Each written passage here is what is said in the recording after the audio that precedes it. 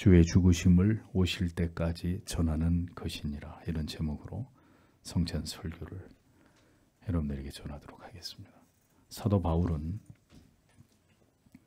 성찬식을 통해서 우리가 주의 빵과 잔을 받아서 먹고 마시는 이 행위가 매우 중요한 어떤 의미를 갖는 것인지를 우리에게 정의해 주고 있습니다. 성찬식은 그리스도의 영적인 임재를 통해서 우리 영혼이 풍성한 은혜를 힘입게 됨과 동시에 우리는 주님께서 다시 오실 때까지 이 성찬의 예식을 행하는 것을 통해 우리의 눈앞에 펼쳐진 이 예수 그리스도의 복음을 온 세상에 전파하고 알리는 사명이 성찬에 나오는 자들에게 존재한다라는 사실을 기억할 필요가 있습니다. 오늘의 성경 본문을 직역하면 이런 의미가 됩니다. 여러분은 이 빵을 먹고 이 잔을 마실 때마다 주님께서 오실 때까지 주님의 죽으심을 선포하십시오. 이런 뜻입니다.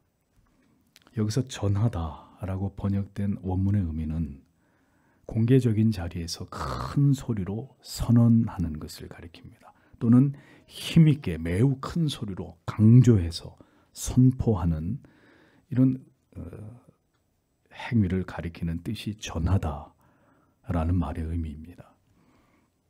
즉 성도가 성찬에 나아가서 그리스도의 몸으로 임재하시는 빵과 그의 피로 영적으로 찾아오시는 포도주를 먹는 행위는 그 자체로 세상을 향해서 공개적으로 그리고 매우 강력하게 어떤 메시지를 던지는 것을 의미하는 것이다. 이렇게 성경은 말씀하고 있는 것입니다.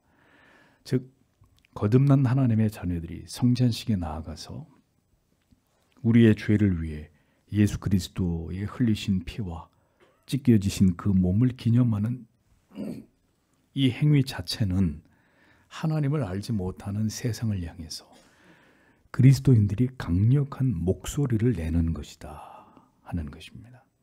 그 메시지의 핵심은 예수를 믿으면 우리의 행복과 축복과 번영과 형통이 평화와 안정이 보장됩니다. 그것이 확보됩니다. 하는 그런 내용이 결코 아닙니다. 성경은 우리가 주의 빵과 잔을 받는 이 행위가 주의 죽으심을 전하는 것이라고 이렇게 정확하게 말씀하고 있습니다. 죄 없으신 하나님의 아들 예수 그리스도께서 죄인인 바로 당신을 위해서 죽으셨습니다. 이 메시지를 세상을 향해 매우 크고 강력하게 드러내는 수단이 바로 성찬이라고 말씀하고 있는 것입니다. 우리가 누군가의 결혼식에 초대를 받게 될 때 그 초대에 응하는 것은 그것이 어떤 의미를 갖는 것인지를 생각해 보십시오. 그 초대에 응해서 그 예식장의 자리에 앉아 있는 것은 내가 신랑이나 신부, 신랑 혹은 신부 되는 사람을 잘 알고 있고 이들을 사랑하고 아끼는 사람이라는 것을 의미하는 것입니다. 또 이 두 사람이 부디 행복한 삶을 살아가기를 축복하는 마음을 이 자리에 있는 내가 가지고 있다는 것을 뜻하는 것입니다. 만약에 이러한 마음을 가지고 있지 않다면 결혼 예식에 참석해서 하객의 자리에 앉아 있을 이유가 없는 것이죠. 생일의 초대도 다르지 않을 것입니다. 내가 사랑하는 사람이 이 세상에 태어난 나를 매우 기뻐하고 이 사람을 사랑하고 축복하고 그와 오래도록 우정과 사랑을 함께 하겠다는 의미로 그 생일 잔치에 혹은 돌잔치에 참석을 하는 것입니다. 그렇다고 볼 때 우리의 행위에는 우리의 마음이 담겨 있는 것입니다.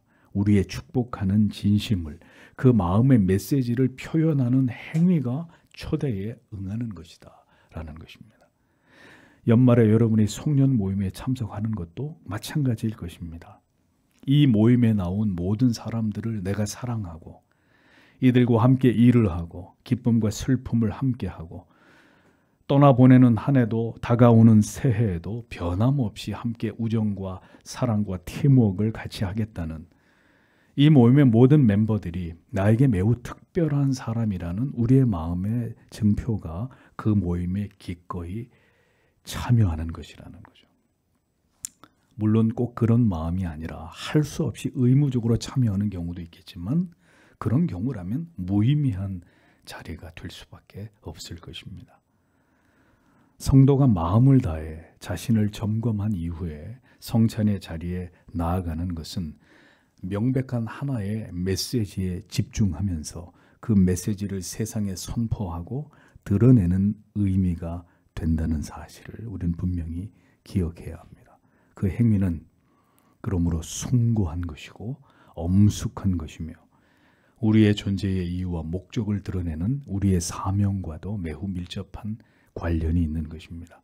그것은 바로 예수께서 내 죄를 위해 그리고 이 세상의 모든 하나님의 택하신 자녀들의 죄를 위해서 오늘 이 자리에 함께 주의 빵과 잔을 받는 모든 지체된 성도들의 죄를 위해 주님이 살찢고 피 흘려 주셨다는 사실을 공적으로 매우 강력하게 드러내는 수단이 되는 것이라는 겁니다. 예수 그리스도 하나님의 아들, 그 죄 없으신 어린 양께서 나와 우리의 죄를 위해 이 땅에 오셨고 그 십자가 위에서 자신을 버리사 죽음에 내어 주심으로 우리를 영원한 저주와 형벌에서 구원하셨다는 이 위대한 사랑을 성찬에 나아가 빵과 잔을 받는 우리의 행위로서 세상에 웅변하는 것이라는 겁니다.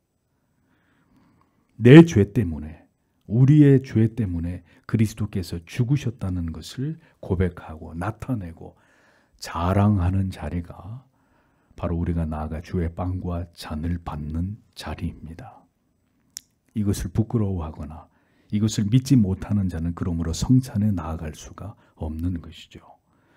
예수 그리스도를, 그 십자가를 부끄러워하고 주께서 나를 위해 자신을 버리신 사실이 믿어지지 않고 이 사실을 세상에 드러내기를 꺼리는 자는 이 빵과 잔을 받을 수가 없습니다. 그 아름답고 존귀하신 하나님의 아들께서 낮고 천한 인간의 몸으로 이 세상에 오셨고 그분이 이 추악하고 더러운 나의 죄를 위해 죽으셨습니다. 주의 죽으심의 이유는 바로 이 벌레보다 못한 내 죄 때문입니다 하는 이 사실을 분명하게 고백하고 이것을 나타내는 자리가, 이 사실을 자랑스럽게 선포하는 자리가 성찬의 자리입니다. 주의 죽으심을 전하는 의미로서의 성찬의 자리에 나아가면 곧 과거에도 죄를 범하고 지금도 죄를 범하고 있고 앞으로도 죄를 짓게 되겠지만 그럼에도 불구하고 주께서 나를 구원해 주셨음을 저는 분명히 믿습니다 라는 내 자신의 신앙의 고백을 이 세상 앞에, 그리고 함께 이 잔과 빵을 나누는 형제들 자매들 앞에 공표하고 드러내는 행위가 성찬의 자리에서 이 빵과 잔을 받는 우리의 모습이 되는 것이라는 겁니다. 결코 용서받을 수 없는 죄인이지만 주의 죽으심을 통해서 저는 구원받은 하나님의 자녀임을 확신합니다. 예수께서 저를 영원히 살리셨습니다. 저는 예수 그리스도의 십자가에 대속하신 은혜를 통해 영생을 얻은 하나님의 자녀입니다 라는 자기 고백과 이 메시지를 세상에 크고 선명하게 알리는 자리가 성찬에 참여하는 자리다라고 성경은 우리에게 가르쳐주고 있습니다. 그래서 그리스도인에게 성찬식은 사실 성탄절보다 더 중요한 의미를 갖습니다. 성탄절의 의미는 이제 하나님을 지워버리려고 하는 인간의 사악하고 오만한 의도에 의해서 또 상업주의에 의해서 더럽혀지고 퇴색되어 버렸습니다. 이제 성탄절은 세상에 더 이상 어떤 의미가, 메시지가 되지 못하고 있습니다. 그러나 교회가 엄숙히 행하는 이 성찬 예식은 그리스도의 죽으심을 이 세상에 외치는 매우 중요한 행위가 됩니다. 결코 자신을 죄인이라 여기지 않으며 바벨론처럼 크고 웅장하며 끝없이 발전해 나아가는 인간을 왕으로 떠받드는 이 세상에 대해서 모든 인간은 죄인일 뿐이고 이 세상은 지금 임박한 멸망 앞에 처해 있음을 알고 당신들의 죄를 위해 자신을 희생하신 이 주 예수 그리스도를 구주로 믿는 일만이 그 멸망에서 구원을 받을 수 있는 유일한 길이라는 사실을 힘있게 선포하는 것이 오늘 교회에서 행하는 눈에 보이는 복음으로서의 이 성찬 예식을 우리가 거행하는 그 의미가 된다는 사실을 우리는 분명히 알아야 되는 것입니다.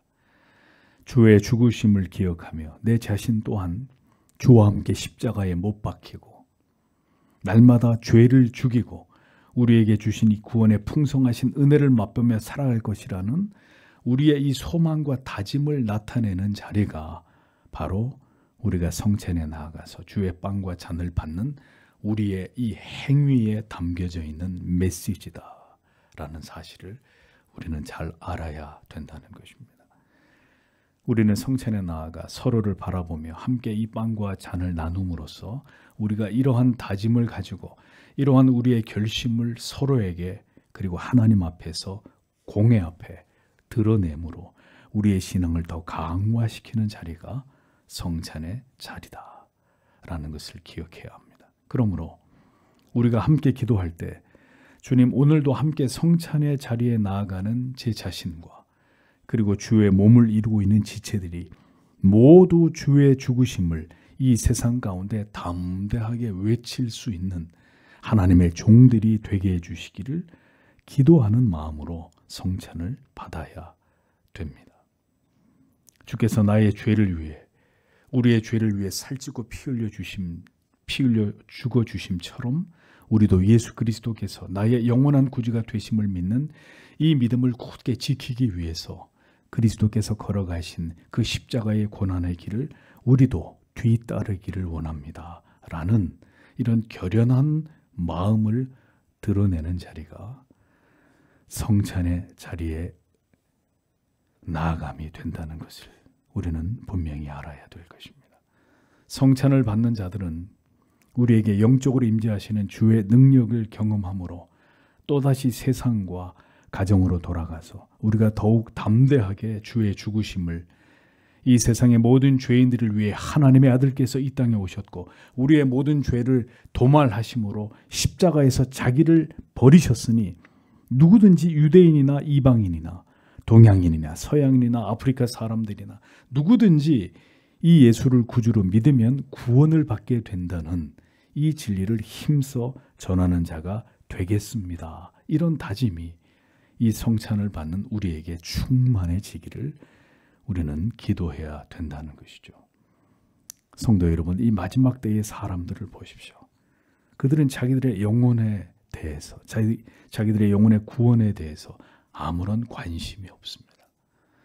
오직 오늘도 육체의 쾌락, 더 좋은 곳을 구경하고 더 좋은 것을 먹고 더 많은 행복한 경험들을 맛보고 더 많은 돈을 버는 일에만 그들의 관심이 집중되어 있습니다. 그들이 모두 한 마음이 되어서 예수 그리스도를 지워버리려고 하는 이유가 무엇 때문이겠습니까? 왜 이제는 메리 크리스마스라는 말조차도 사용하지 않고 특정 종교에 대한 다른 종교의 차별적 의미가 있기 때문에 해피 할러데이, 이제 메리 크리스마스라는 말을 쓰면 안 되고 해피 할러데이라는 말을 써야 된다. 성탄절의 인사조차도 바꾸어 버리는 이런 일들이 왜 일어나는 것입니까? 인간을 죄인이라고 규정하는, 그래서 구원자가 필요하다느니 예수를 믿지 않으면 지옥의 영벌에 처해지게 된다느니 이런 말로 인간을 불쾌하게 만드는 이런 소리들을 다 집어치우라는 것입니다. 마지막 세상은 이렇게 예수 그리스도를 악착같이 지워버리려고 합니다. 예수의 존재를 부정하려고 합니다. 인간 존재 그 자체로서 완벽하고 인간을 끊임없이 진보해 나가는 위대한 존재인데 왜 인간에게 누가 감히 우리를 죄인이라고 얘기하고 우리에게 구원이 필요하다고 떠드는 것이냐. 그래서 마지막 때 사람들은 더 이상 기독교를 필요로 하지 않고 필요로 하지 않는 정도가 아니라 기독교를 혐오하게 되는 것입니다. 이제 종교는 구체적으로 기독교의 핵심이 되는 이 복음은 더 이상 사람들의 마음에 머무는 관심사가 되지 못하고 있습니다. 그럼에도 불구하고 바로 그러한 시대이기 때문에 우리가 마지막까지 외쳐야 될 진리가 무엇이냐? 예수 그리스도 하나님의 아들께서 바로 당신의 죄를 위해 멸망받을 수 없는 당신을 구원하시기 위해서 이 세상에 오셨고 당신의 죄 때문에 스스로 자신을 버리셔야만 했습니다. 그러므로 당신은 이 예수 그리스도를 구주로 믿지 않는 한 결코 이 땅에서 행복할 수 없고 당신의 영혼은 영원한 저주와 고통에서 벗어날 수 없습니다. 그러므로 당신의 죄를 위해 십자가 위에서 자기를 버리신 죽임당하신 하나님의 아들 예수 그리스도를 구주로 믿으십시오. 당신의 죄를 위해 피 흘리신 그분의 피 묻은 손을 붙잡으십시오. 성도 여러분, 이 마지막 시대를 살아가는 우리의 존재의 이유와 목적은 우리의 안위와 행복과 안전이 아니라 예수가 당신을 위해 죽었습니다. 당신의 죄 때문에 하나님의 아들이 자기를 희생하셨습니다. 이 복음을 담대하게 세상에 전하는 것입니다. 세상과 인간 편에 서는 인본주의자들이 외치는 복음은 복음이 될 수 없습니다. 하나님은 인간을 위해서 존재한다는 식의 인간을 높이는 복음은 복음이 아닙니다. 인간의 행복과 형통과 번영에만 초점을 맞추는 복음은 사탄의 복음입니다. 인간은 영원히 멸망받아 마땅한 죄인이라는 사실을, 그래서 그들에게는 구세주, 메시아가 필요하다는 이 진리만이 참된 복음이고 우리는 이 복음의 가치를 지키며 이 도를 전해야 될 사명을 가진 자들이라는 사실을 오늘도 분명하게 기억하시면서 이 빵과 잔을 받는 여러분들이 되셔야 합니다. 그의 죽으심을, 그 죽음의 숭고한 이유와 목적을 주님이 이 땅에 다시 오실 때까지 그날이 가까워지고 있는 이 세상을 향해서 끊임없이 전파하고 선포하는 그것이 우리가 지금 살아가고 있는 목적이다 라는 사실을 잊지 마십시오. 구원을 받은 자들 가운데 이미 천국에 가서 영생을 누리고 있는 자들 가운데 이 목적을 위해 존재하지 않았던 그리스도인들은 단 한 명도 존재하지 않았습니다. 모두 이 사명을 감당하고 이후에 영원한 나라에 들어갔습니다. 우리에게 어떤 어려움이 있어도 이 마지막 시대에 이 복음을 전하고 이 진리의 가치를 수호하는 것이 우리의 사명이라는 사실을 결코 잊지 않기를 바랍니다. 인간이 모든 가치 위에서 이 세상을 지배하려 드는 이 오만의 광기에 사로잡힌 이 시대를 우리는 지금 살아가고 있습니다. 그러나 우리는 전적으로 부패하고 타락하고 무능하고 무지한 죄인들을 위해 예수 그리스도 우리의 구원자께서 이 땅에 오셨고 우리에게 영원한 생명 주시기 위해 자신을 죽게 하셨다는 이 위대한 복음을 세상 마지막 날 때까지 전하는 자들이 되어야 합니다. 이것이 우리를 이 세상에서 하나님의 자녀로 불러주신 이유입니다. 성도 여러분, 이제는 잠에서 깨어 진실로 여러분이 무장을 하셔야 될 때입니다. 우리의 정체성을 분명하게 드러내야 될 시기입니다. 우리의 정체성을 가장 분명하게 드러내는 것은 오늘도 하나님을 예배하며 그 아들께서 왜 이 땅에 오셔야만 했고 왜 자신을 희생하셔야만 했는지를 어두운 밤바다의 등대처럼, 그 등대의 불빛처럼 세상에 계속해서 알리고 또 알리는 것이라는 것을 잊지 마십시오. 그것이 우리가 이 시대에 주의 자녀로 부름받은 이유이고 우리가 존재하는 목적이 되기 때문입니다. 한 해가 또다시 저물어 가고 있습니다. 지난 1년 동안 우리는 이 예수 그리스도의 복음을 전하는 일에 얼마나 최선의 노력을 다했는지를 돌아보십시오. 우리가 있는 그곳에서 빛과 소금의 사명을 감당하기 위해 얼마나 하나님 앞에 몸부림쳤는지를 생각해 보십시오. 한 해의 마지막 주일에 성찬에 참여하는 우리 모두에게 주께서 우리의 믿지 않는 가족들을 향해 그리고 이 세상을 향해 더 담대하게 예수 그리스도 하나님의 아들께서 당신을 위해 당신의 죄를 사하시기 위해 영생 주시기 위해 십자가에 달려 돌아가셨다는 이 참된 복음을 내년에도 아니 우리가 살아있는 모든 시간들 속에서 담대하게 외치고 증언할 수 있는 이런 믿음을 하나님께서 오늘도 우리에게 부어주시기를 다 함께 기도하면서 성찬의 자리로 나아가기를 원합니다. 다 함께 시간에 기도하겠습니다.